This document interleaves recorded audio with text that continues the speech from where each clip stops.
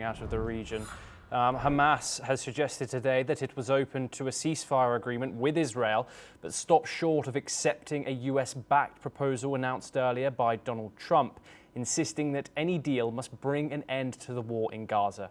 According to reports, Hamas official Taher El-Nanu said the group was ready and serious regarding reaching an agreement and ready to accept any initiative that clearly leads to the complete end to the war. A Hamas delegation is expected to meet Egyptian and Qatari mediators in Cairo to discuss the proposal, according to an Egyptian official. Reportedly, Hamas is reviewing new ceasefire proposals from mediators, seeking an agreement that would end the Gaza conflict and ensure Israeli withdrawal from the territory. We're once again joined by Martin Saar Arias to discuss this in further detail. Martin, do you think it is uncalled for or unfair for Hamas to ask for a complete Israeli withdrawal from the Palestinian territory? Look, if Hamas someday accepts the existence of Israel and accepts the existence of the Jewish people, it will be fantastic, and Israel wouldn't have any kind of ground to deny a ceasefire. I think a ceasefire in normal situations between two normal countries will be amazing. But we're not talking about Ukraine against Russia, between two sovereign, legit countries that are in war. We're talking about a terror organization that believes in death from both sides, from Palestinians and Israelis.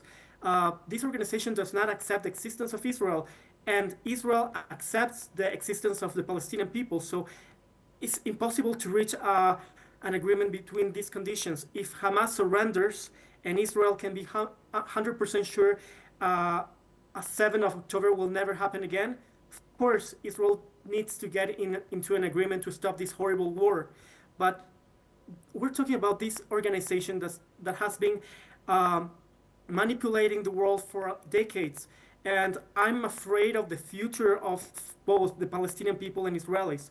I'm afraid that because we want peace right now and we want to go to a solution that will be for right now, we will be putting in danger the future of these people.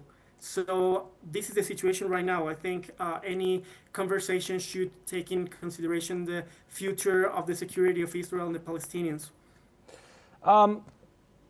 Would you say that the IDF's actions in Gaza are warranted, even at this stage in the war where over 80% of Gaza is said to be uninhabitable due to the Israeli bombardment? As we've said previously, over 56,000 civilians, so people have been killed. Most of them are expected to be civilians, according to the Gazan-run Health Ministry. Would you say the IDF's operations are now appropriate, given that this war is now entering its 21st month?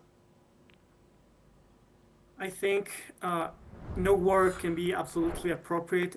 All wars are a disaster for humanity, but we need to remember this situation is something absolutely brutal and exceptional. We're not talking a normal war between two countries. We're talking about a very dangerous ideology that wants to exterminate Israel, the West, the Western values.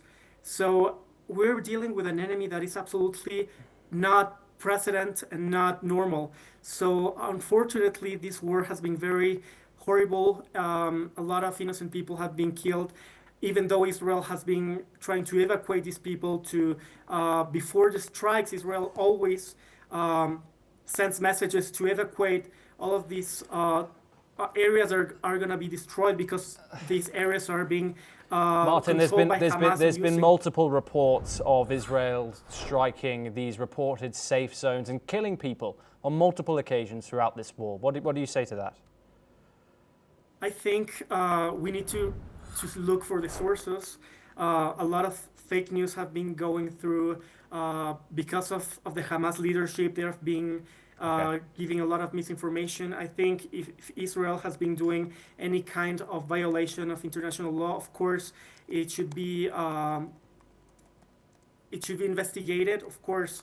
But as long as I know, I mean, I've been there.